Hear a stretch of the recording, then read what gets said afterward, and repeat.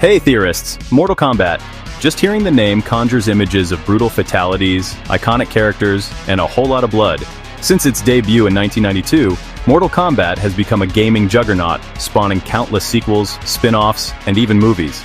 But there's one aspect of the franchise's legacy that's been plagued by inconsistency and frustration: the action figures. For years, fans have clamored for high-quality detailed figures that capture the essence of their favorite combatants. However, the road to collecting Mortal Kombat figures has been a rocky one, marked by cancelled lines, questionable design choices, and a revolving door of manufacturers.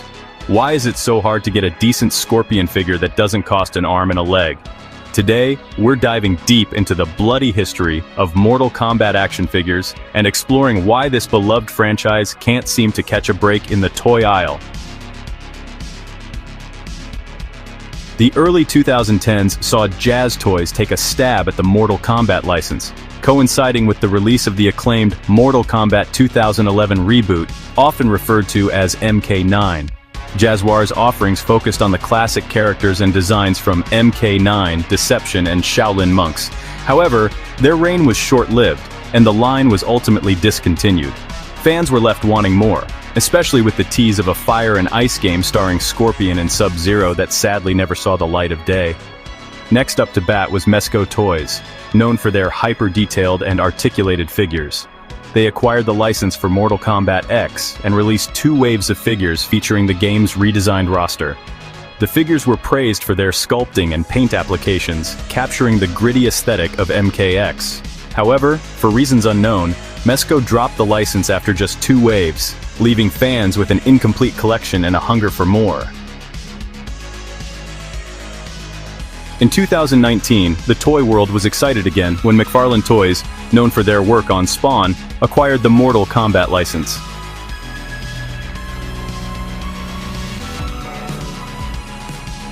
People have asked us, with the upcoming Mortal Kombat, would we ever do any fatality toys, right? Try to catch this moment. It's like a frozen moment. So could you give them, instead of the accessory being another sword or whatever, some prop, you give them that their head's getting like split and then the blood's going, so that you could buy one, get the other one, the guy could be coming down and doing a fatality kill. We want to come out with sort of the norm, and then what you have to do is get the trust of your partners, and then you just act like a little 8-year-old boy and go, can I do it, can I do it, can I do it? And you hope they either say yes, or you just wear them out, like kids can do to their moms and dads, and go, yeah, fine, just be quiet. So we'll be nudging and asking until they tell me to shut up. They set their sights on the then newest entry, Mortal Kombat 11, promising a line of highly detailed figures at an affordable price point. Initially, things seemed promising.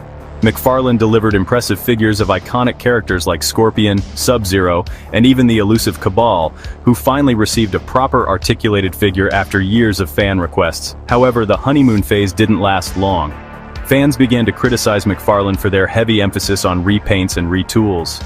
The line was soon flooded with multiple variations of Scorpion, Sub-Zero, and Spawn, who seemed to be in every wave despite not even being a Mortal Kombat character originally. Hey everybody, Todd McFarlane. For all of you Mortal Kombat fans and Spawn fans, right?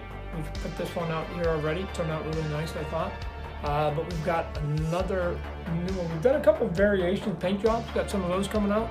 But now we've got the Malefic Spawn that was designed, exclusively for the game itself.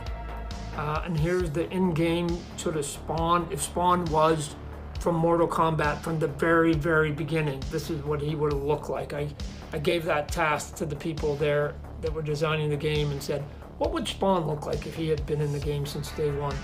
And this is what they came out with. And so you're gonna be able to now get this in-game version compared to the one that obviously was inspired by the comic book look up in here.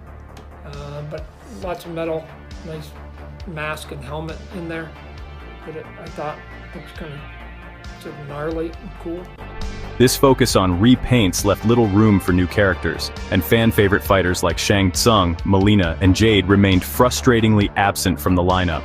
Ultimately, McFarlane's run with Mortal Kombat ended in 2021, leaving fans with a sense of disappointment and a roster of figures that felt incomplete.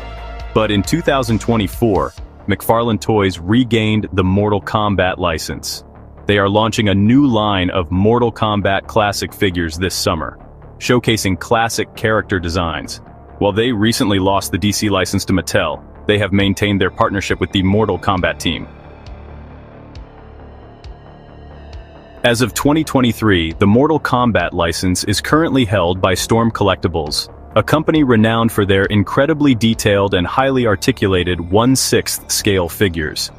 Storm has primarily focused on characters from Mortal Kombat 11, releasing stunning renditions of Scorpion, Sub-Zero, and Shao Kahn.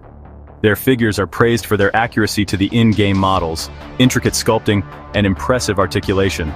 Holding one of these figures is like plucking your favorite combatant straight out of the game and into your hands.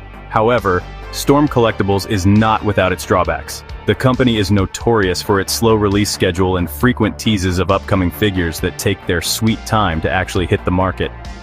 For instance, a highly anticipated figure of Scorpion in his Mortal Kombat X attire was teased what feels like an eternity ago, and fans are still waiting with bated breath for its release. While Storm's commitment to quality is admirable, their glacial pace of production has left many fans wondering if the wait is truly worth it. Additionally, the higher cost of Storm Collectibles figures can be a significant barrier for many collectors, making the wait even more frustrating. Recently, rumors have surfaced that Storm Collectibles might have lost the Mortal Kombat license, adding another layer of uncertainty for fans and collectors alike. So, what does the future hold for Mortal Kombat action figures? Will Storm Collectibles manage to break the curse and deliver a satisfying and comprehensive lineup of figures?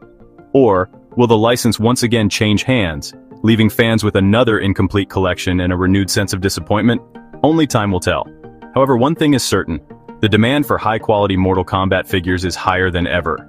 Fans are eager to complete their rosters and add iconic fighters like Shang Tsung, Kung Lao, Mileena, Jade, and Jax to their shelves. If Storm Collectibles can address their issues with slow releases and expand their character selection, they have the potential to deliver a truly definitive line of Mortal Kombat figures. However, if they falter, other companies like Jada Toys or SH Figuarts are waiting in the wings, eager to take a shot at bringing these iconic combatants to life in plastic form. But with all the rumors that have been swirling that Storm Collectibles has lost the Mortal Kombat license, which could open the door for these competitors, adding more uncertainty to the future to their Mortal Kombat line of figures. Until then, Mortal Kombat fans will continue to wait, hope, and pray to the Elder Gods that their favorite fighters will finally receive the action figure treatment they deserve.